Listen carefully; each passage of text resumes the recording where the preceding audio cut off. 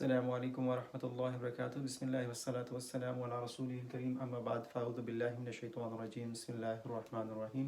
آج کا جو لفظ ہے وہ صاد لام اور واو سے ہے۔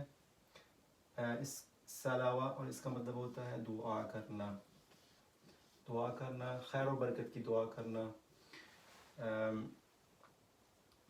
اب اس سے ایک لفظ بنتا ہے جس کو ہم کہتے ہیں صلاتن۔ صلاتن عام طور پہ ہم اس کو لفظ کو کہتے ہیں، اس کا مطلب ہے نماز۔ تو نماز جو ہے وہ بہت ساری دعاؤں کا مجموعہ ہوتا ہے۔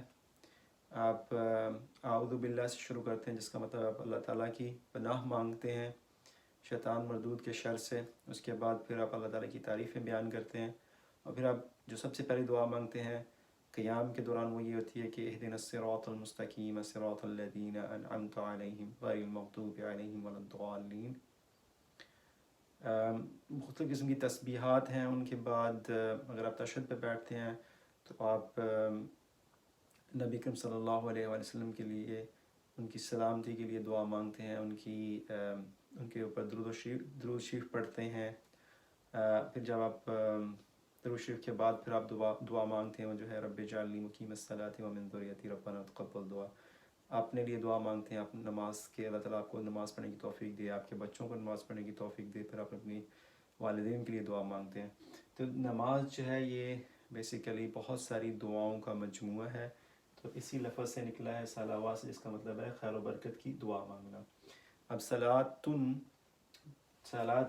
کی اگر آپ خصوصیات دیکھنا چاہیں تو صلاتن ایک واحد ہے، اس کے بعد یہ مؤنث ہے اگر آپ جنس کی بات کریں، کیونکہ اس کے اوپر تا لگا ہوا ہے آخر پہ۔ اس کے علاوہ یہ دو اس کے اوپر تنوین ہے، الف لام نہیں لگا ہوا، تو اس وجہ سے اس کو ہم کہیں گے یہ نکرہ ہے، کوئی نماز یا ایک نماز۔ ان کو اگر آپ بنانا چاہیں، اس سے جمع بنانا چاہیں تو جو تثنیہ بنے گا وہ صلاتانی بنے گا، صلاتانی دو نمازیں، صلاتانی عیدانی عید کی دو نمازیں۔ اور اسی طرح سے اگر آپ اس کو جمع کرنا چاہیں تو یہ صلواتن،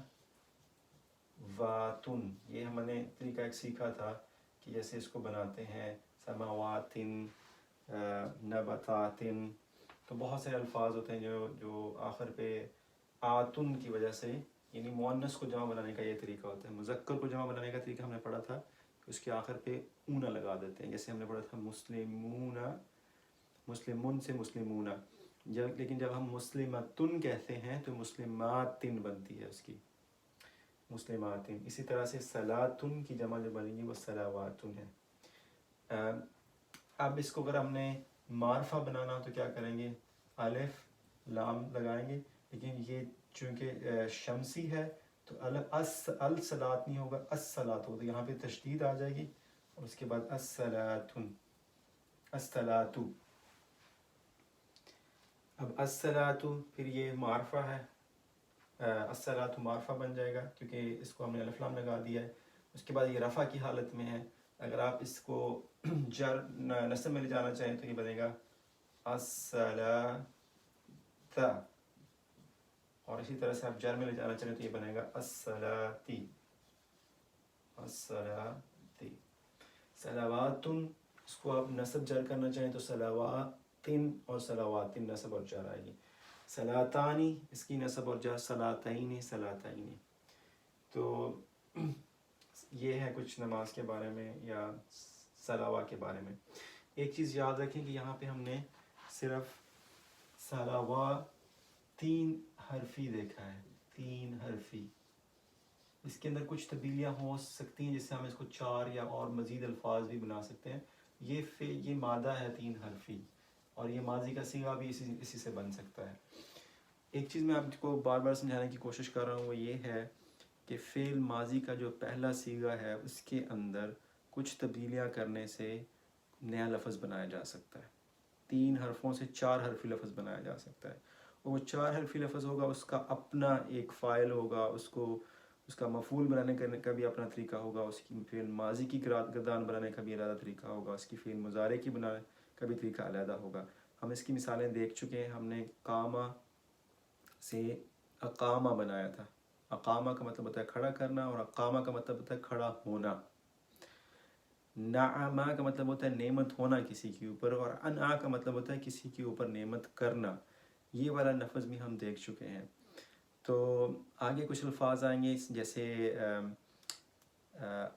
آمانہ تھا. آمانہ کا مطلب ہوتا ہے ایمان لانا، اور آمانہ کا مطلب آمانہ کا مطلب ہوتا ہے پناہ دینا، اور آمانہ اپنے آپ کو کسی کی پناہ میں دینا. تو آمانہ سے ہم نے یؤمنو بنایا تھا. اسی طرح سے آگے ایک لفظ آئے گا انفقا. نفع کا مطلب ہوتا ہے خرچنا یا خرچ ہو جانا، اور انفع کا مطلب ہوتا ہے خرچ کرنا. تو پہلے جو فعل ماضی کا جو پہلا صیغہ ہے اس کے اندر کچھ تبدیلیاں کر کے ایک نیا لفظ بنایا جا سکتا ہے، اور وہ پھر نیا لفظ اپنی ایک پوری طرح سے اس کے اندر پھر فعل ماضی مضارع، اس کے اپنے اسم، اس کے اپنی جو ہے کیا کہتے ہیں ان کو، ظرف بنتے ہیں. تو یہ ایسا ایسا انشاءاللہ یہ ساری چیزیں آ جائیں گی. ایک چیز آپ نے یاد رکھنی ہے کہ یہ جو سواد ہے یہاں پہ فا کلمہ ہے، لام عین کلمہ ہے، اور واو یہاں پہ لام کلمہ ہے. تو ان کو یاد رکھیے گا کہ یہ فا عین لام کلمہ ہے. فعلہ ہم کیوں کہتے ہیں؟ کیونکہ جو عربی زبان ہے اس کے اندر ایک قسم کی ایک مشین بنائی گئی ہے. اس مشین کے اندر لفظ کو ڈالتے ہیں تو پھر اس سے نئے نئے الفاظ بنتے جاتے ہیں. تو فعلہ ایک مشین ہے، فعلہ ایک اور مشین ہے، افعلہ ایک اور مشین ہے. تو بہت ساری مشینیں ہیں جن کے اندر لفظ بناتے ہیں تو اسے پھر آگے سینکڑوں کے الفاظ میں سینکڑوں کی شکل میں الفاظ نکل آتے ہیں. تو ہم جو کوشش کر رہے ہیں کہ ہم جو پہلی جہاں جہاں پہ بھی آتا جاتا ہے میں کوشش کرتا ہوں کہ آپ کو ایکسپلین کر دوں اس کو. تو یہ سارا واسطے کچھ الفاظ تھے. جزاک اللہ خیر. السلام علیکم ورحمۃ اللہ وبرکاتہ.